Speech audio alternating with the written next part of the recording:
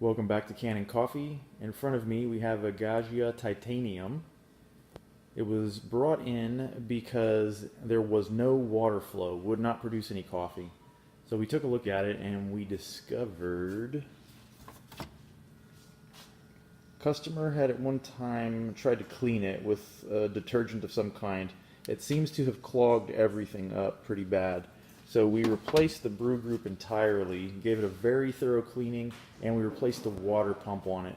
And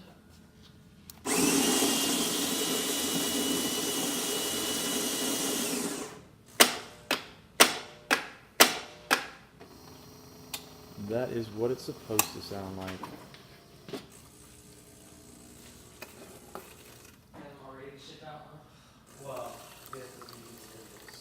This good little fella is back to working condition.